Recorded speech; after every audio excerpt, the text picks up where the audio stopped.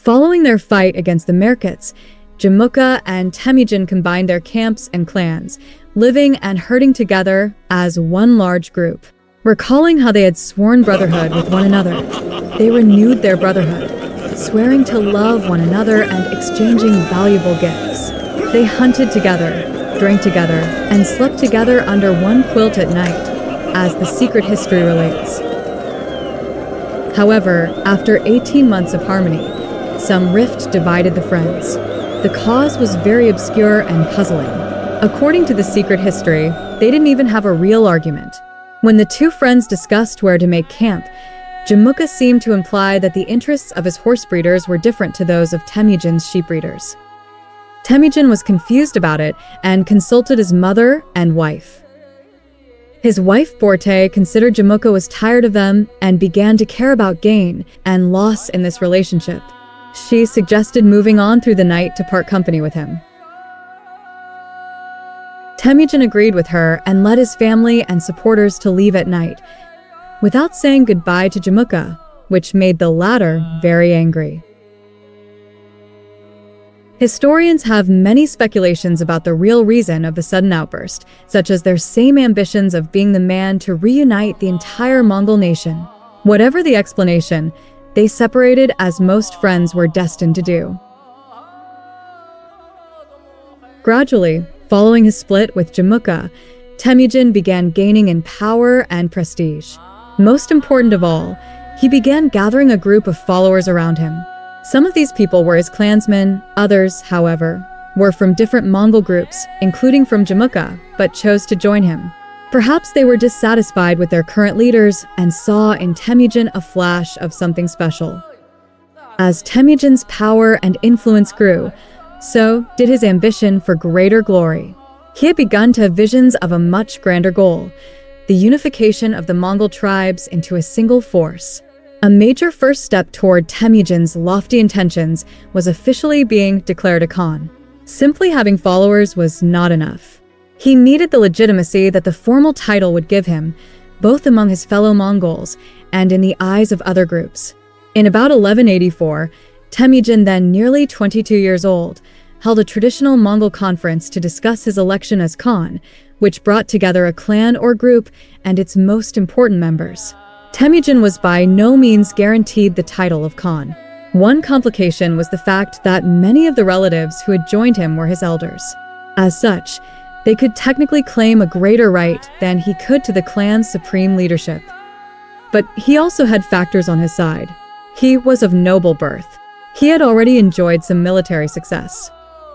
And he had an alliance with the powerful Togrul, the ruler of the Karait tribe. In addition, he had several extremely loyal followers. At the end of the conference, Temujin emerged as his people's Khan. His older relatives made an oath to pledge loyalty to their new Khan. Temujin sent his emissaries to inform Jamukha that he had been elected as Khan.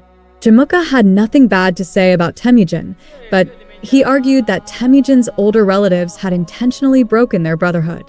No doubt the gulf between the sworn brothers got wider.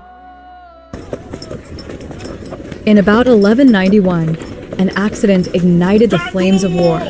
Jamukha's own younger brother Taichar stole some valuable horses from Temujin's subordinates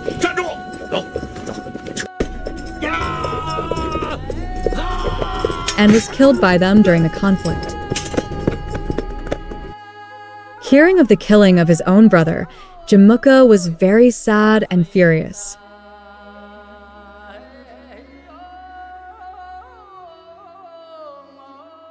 He rallied members of the Jadaran tribe and other allies.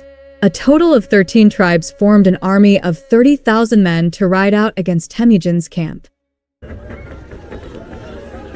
On hearing this message, Temujin likewise formed an army of 30,000 men from his 13 camps and led them out against Jamukha.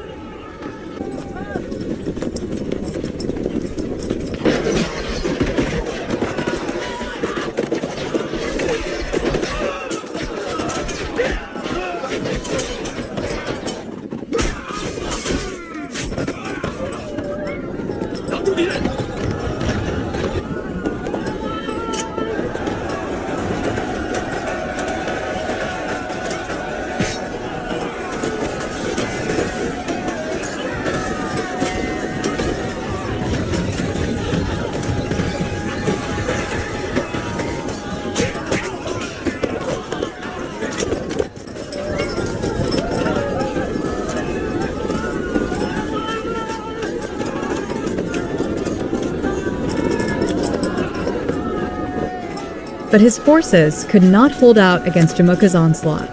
They soon fled in disorder, with the Khan himself finding refuge in a canyon.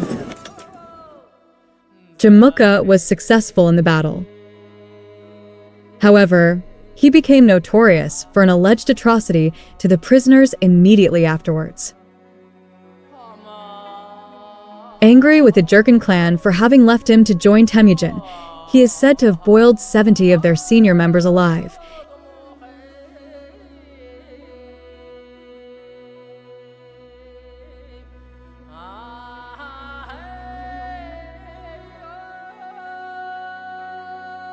It turned many of the Mongol tribesmen against him and to join Temujin. Although Temujin was defeated, he still held a feast in the forest to raise up the spirits of the tribe and welcome the new members.